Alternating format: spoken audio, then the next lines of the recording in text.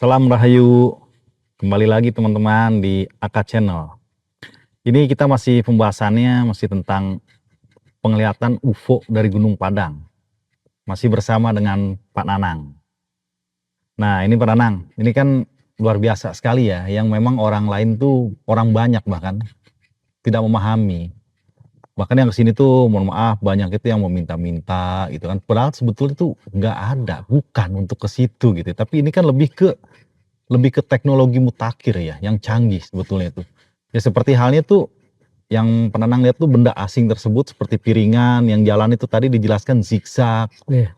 Nah itu tuh penenang ya, kalau umpamanya kita berpikir kan gini, kalau umpamanya itu pesawat pasti kan ada suara. Iya. Ada suara, ada pun juga minimal tuh ada pusaran angin lah gitu. Tapi yang penenang saksikan tuh enggak ya? Enggak ada suara, itu sangat tenang, juga nggak ada kayak pusaran angin, nggak ada, itu sangat tenang dan itu memang bergerak itu, bahkan pernah agak bawah gitu kan, mungkin berapa ratus meter lah dari puncak Gunung Padang, tapi itu selama saya menyaksikan baru 1 kali momen-momen seperti itu sangat mendarat atau terbang rendah, itu yang saya dapatkan. Nah ini kira-kira nih besarannya tuh diameter berapa meter itu Pak Nanang? Kalau umpamanya kita ya dikira-kira aja gitu mau Pak Nanang tuh besaran itu benda asing tersebut tuh. Itu sih sangat tinggi ya, di atas sangat tinggi, mungkin itu besar, cuman karena di ketinggian kayaknya kayak bagaimana piring untuk makan. Ya sebesar itulah itu apa besarnya, tetapi pernah 1 kali terbang lebih rendah, itu sangat besar, hampir menyerupai seperti tampah ya, tempat napi lah kalau di Iya. Sunda itu buat napi padi seperti itu agarnya, wah ini besar sekali gitu kan, sampai kaget itu. Itu yang saya lihat, dan warna kuning keemasan. Kuning keemasan. Ya, betul, itu yang saya lihat. Nah terus selain Pak Nanang nih sebetulnya tuh waktu itu ada ditemenin siapa kah gitu nggak? Ada yang temen nggak itu saksi mata lain maksud saya itu gitu? Nah itu biasanya tuh tamu yang datang ke saya pengen didampingi, pengen diantar, kemudian pengen masuk ke spiritual atau meditasi. Nah itu yang tahu gitu kan, tamu-tamu penjara yang diantar oleh saya itu yang saksi mata. Nah, seperti hanya dulu dari Australia namanya Mr. Glenn, nah izin kesini didampingi oleh saya, dan memang nah itulah muncul fenomena seperti itu. Bahkan si tamu turis dari Australia, Mr. Glenn, itu sangat mengapresiasi terhadap saya bahwa itu bisa dilihat dengan kasat mata, dinikmati. Itu yang saya dapatkan, yang saya alamin. Nah ini kan teman-teman, jadi berdasarkan saksi mata sekaligus penjaganya langsung ya yang saya interview ini, yang saya ajak sharing, ternyata memang benda asing itu ada. Benda yang saya maksud itu luar bumi, karena saya selama ini kan hanya berdasarkan vision semata. Saya tuh butuh ada teman sharing sekaligus mengkonfirmasi, bener nggak sih apa yang saya lihat selama ini gitu loh. Tadi juga Pak Nanang menyinggung tentang Orion, ya begitulah. Jadi ketika memang saya berada di Gunung Padang ini, saya lebih terkoneksi tuh antara dua, yaitu ras Pleiadian dan juga Orion. Seperti itulah kira-kira.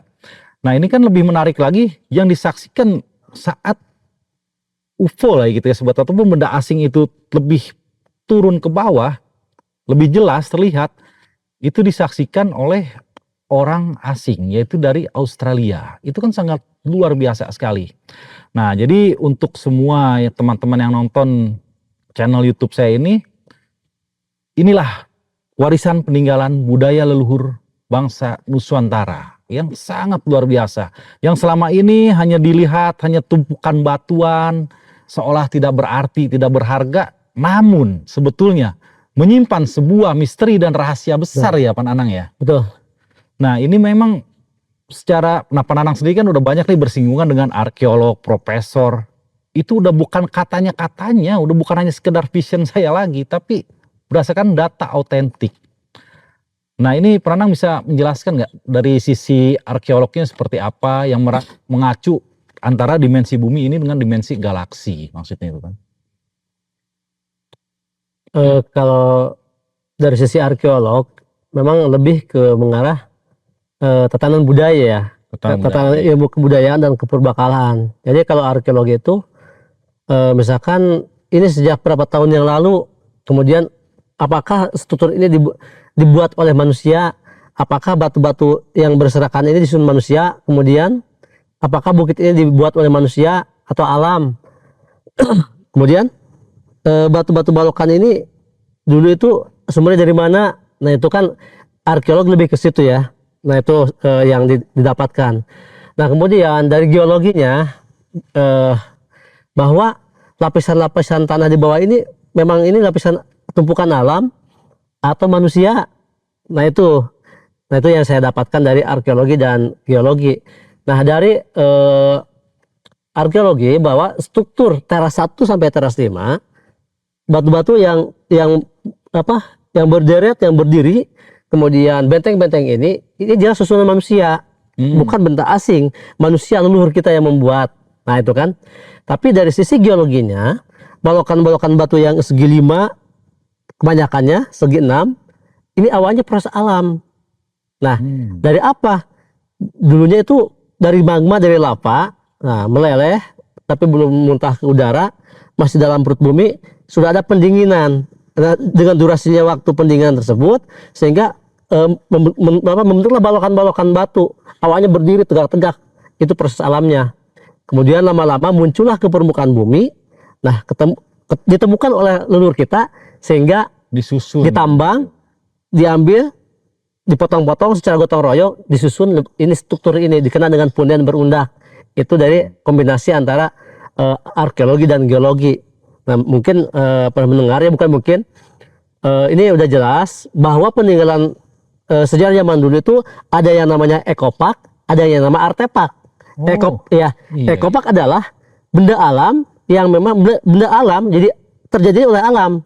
Tetapi si benda-benda itu dimanfaatkan oleh manusia tempo dulu. Itu ekopak. Beda dengan artefak. Kalau artefak adalah murni benda buatan manusia. Nah hasil dari arkeologi, batu-batu yang berserakan ini semua ini artefak. Ini buatan manusia. Cara memotong-motongnya, cara menyusunnya, awalnya ekopak batunya. Awalnya. Betul. Tapi dikikis lagi lenten ini ya. Ya itu yang saya dapatkan. Nah itu yang saya dapatkan tentang arkeologi dan geologinya. Tetapi secara astronomi tadi bicara itu, ini pertemuan antara bumi langit. Nah kenapa ini dibangun di ketinggian dan ini strategis karena dikelilingi 5 bukit. Ini puncak. 1 Gunung Karuhun ya, 2 Emped, 3 Pasir Mala ketutup pohon bambu, 4 Pasir Malang itu bukitnya ketutup pohon bambu, 5 Pasir Domas yang ada bangunan ini. Jadi ini dikelilingi 5 bukit, sentralnya di sini. Kalau kita pakai garis dari ujung itu memang 5. Makanya di Amerika ada yang namanya Pentagon. Nah ini batu-batu segi 5 itu Penta. Nah tetapi mohon maaf, Penta itu meminta. Ini tempat bukan untuk meminta-minta. Nah tetapi bagaimana kita menyelaraskan kita dengan semesta, dengan alam, dengan energi yang ada di alam, energi yang ada di leluhur, nah, energi Tuhan. Jadi konsepnya 3, Tuhan, alam, kita alam, Tuhan, konsep sehingga dulu ini dikenal dengan tempat Rama, tempat Ratu, tempat Resi. Ini awal dibuka. Nah di 5 Trisula, Eyang Prabu, Eyang Perbu, Eyang Ambu. Nah itu bahasa-bahasa berbeda bahasa, maknanya sama. Ke situ. Betul. Iya, betul. Nah sehingga tempat ini sangat sakral. Saya tidak bicara klinik atau mistis. Nah jadi ini Gunung Padang ini sebenarnya pusat ilmu pengetahuan. Ya, ini sains ya. Ini bisa bisa dibuka dengan kacamata kita secara positif. Ini akan mendapatkan ilmu-ilmu pengetahuan. Ilmu apa? Tergantung kita maunya ilmu apa. Ya, ilmu alam, ilmu budaya, ilmu agama, ilmu introspeksi membuka diri. Jadi semua itu ada. Semua juga ada, ilmu usaha, ilmu bisnis, apa yang nggak ada di sini. Tergantung kita transformasinya secara sugestinya secara positif di sini akan didapatkan. Dan itu sebenarnya bukan musyrik, bukan syirik, karena itu keyakinan kita kepada Tuhan. Nah, dulu yang dikenal animisme, dinamisme, bukan saya menyalahkan. Ini jauh sebelum animisme dan animisme, jauh sebelum ada agama dan bisa ada kepercayaan. Tapi hasil kajian terbaru, Gunung Padang ini sudah monoteisme, sudah benar Tuhan yang esa. Luar biasa. Itu yang saya dapatkan dengan simbol-simbol yang ada yang didapatkan di Gunung Padang ini. Tuh. Luar biasa sekali nih ya. Tadi saya tertarik dengan statementnya Pak Nanang ini. Ini adalah sebuah teknologi.